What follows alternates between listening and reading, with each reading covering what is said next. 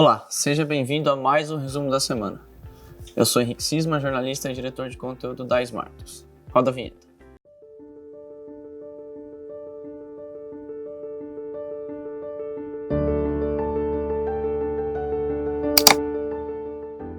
O primeiro assunto do nosso resumo da semana é o novo corte da taxa Selic para 3% ao ano. O novo patamar da taxa básica de juros do Brasil foi estabelecido após a última reunião do Conselho de Política Monetária do Banco Central na noite de quarta-feira. Esta foi a 7ª redução consecutiva da Selic e houve corte em todas as reuniões desde agosto do ano passado. O indicador caiu 3,5% no período de um ano, ou seja, de maio de 2019 a maio de 2020, e é o menor patamar da história. A Selic foi criada em 1999. Além dos cortes anteriores à Covid-19, como eu disse, foram 7 cortes consecutivos que procuravam estimular a economia. Os últimos 2 cortes, nas últimas 2 reuniões, foram mais acentuados em resposta à recessão causada pela Covid-19. Segundo o Copom, um novo ajuste, ou seja, um novo corte na taxa básica de juros, pode ocorrer já na próxima reunião, que está marcada para os dias 16 e 17 de junho. Na prática, o novo patamar da Selic, na menor histórica, vai tornar ainda menos atrativos os investimentos em renda fixa. Na poupança, por exemplo, eles devem empatar ou até correr o risco de perder para a inflação, o que seria um rendimento negativo em qualquer período que for analisado. Geralmente se calcula no período de um ano. Além disso, as linhas de crédito dos bancos devem ter as taxas de juros reduzidas, como já anunciou o Itaú na própria quarta-feira à noite, minutos após o término da reunião do Copom e do anúncio da Selic em 3%. E também a portabilidade do crédito imobiliário, que em janeiro e fevereiro já havia crescido 4 vezes em relação ao mesmo período em 2019, deve continuar em alta, assim como as renegociações de taxas com os bancos, com o banco original onde foi feito o empréstimo, nas operações que foram contratadas antes de todos esses cortes na Selic. Ou seja, antes as condições eram outras, as taxas eram maiores porque a Selic estava num patamar mais elevado. Essas renegociações já têm ocorrido, assim como a portabilidade. Essas duas coisas devem ser ainda mais estimuladas nesse momento.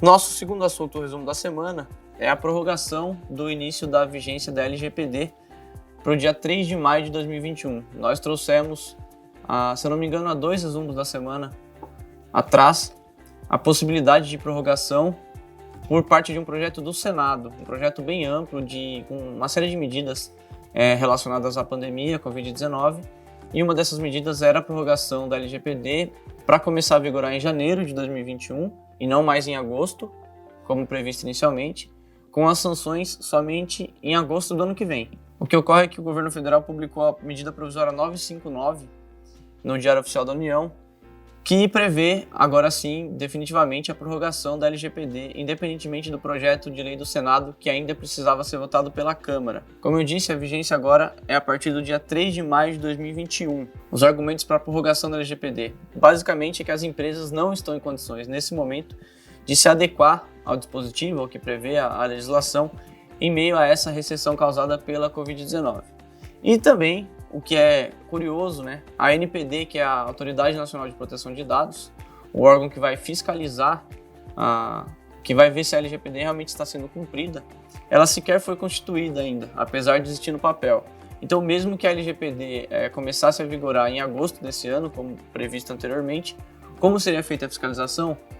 Essa é uma pergunta que fica no ar. Então é mais fácil para o Poder Executivo, de repente, adiar, postergar o início da vigência do que constituir a NPD.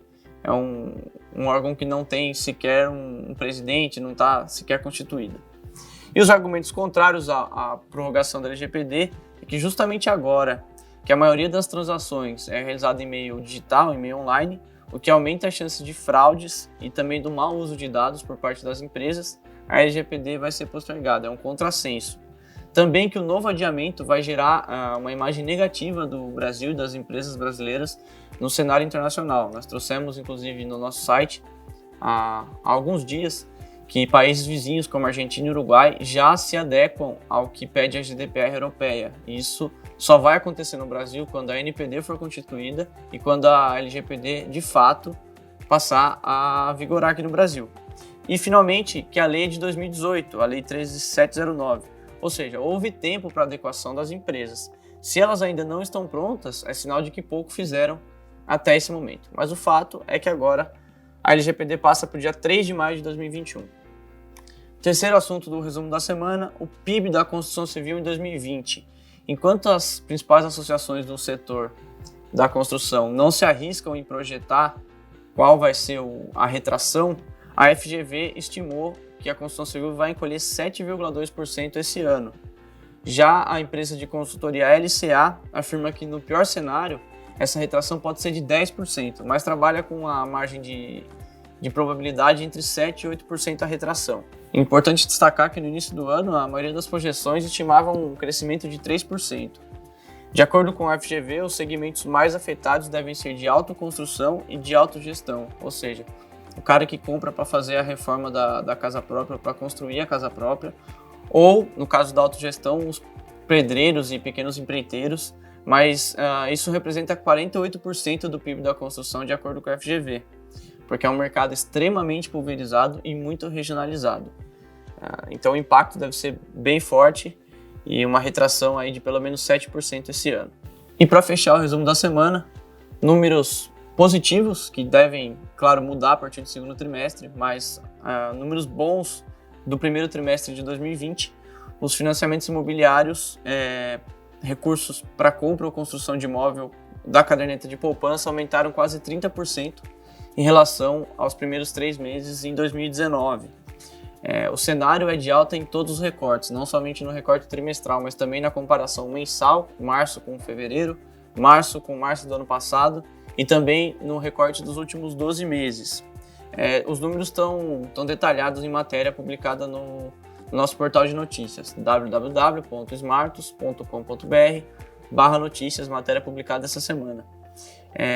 Os fundos de investimento imobiliário também seguiram em alta até o mês de março, batendo novo recorde no número de investidores, são 792 mil. E apesar da queda nos preços das cotas, o patrimônio líquido dos fundos apresentou uma leve alta em relação a fevereiro, o que é um bom sinal. Tudo isso, sejam os empréstimos com recursos da poupança, seja a quantidade de investidores e o patrimônio dos fundos imobiliários, mostra que o mercado imobiliário sentiu pouco os efeitos da pandemia no primeiro trimestre. Mas como eu disse, é difícil projetar o que vem por aí, só que é muito improvável que esses bons números se mantenham, já que o isolamento social, a quarentena, foi mais forte a partir de abril, nós já estamos em maio e esse isolamento permanece. As pessoas estão com suas rendas comprometidas e por mais que haja estímulos para a atividade econômica, como a redução da taxa Selic que já trouxemos aqui, é difícil imaginar que as pessoas agora vão continuar fazendo empréstimos para comprar imóveis, assim como os lançamentos estão suspensos e mesmo os investidores em fundos imobiliários, no momento, boa parte dos fundos está segurando recurso para ver onde investir, Não é momento de captar, é momento de esperar para ver o que vai acontecer. Bom, esses são os destaques que eu separei para trazer para você nesse resumo da semana. Se você ainda não é inscrito no nosso canal, inscreva-se e clica no sininho para receber notificação de novos vídeos. Acesse e assine o Smart Play, o Netflix do mercado imobiliário, nossa plataforma exclusiva de vídeos com entrevistas, palestras, debates, lives, análise de acontecimentos do mercado imobiliário. Siga a Smartus em todas as nossas redes sociais, de modo que você acompanhe todas as notícias e publicações que fazemos semanalmente. E se você quiser, sugira temas para os próximos vídeos, assuntos que são de seu interesse. Dessa forma, podemos entregar ainda um conteúdo melhor e mais apurado para você. Tá legal? A gente se vê na próxima sexta-feira. Um abraço.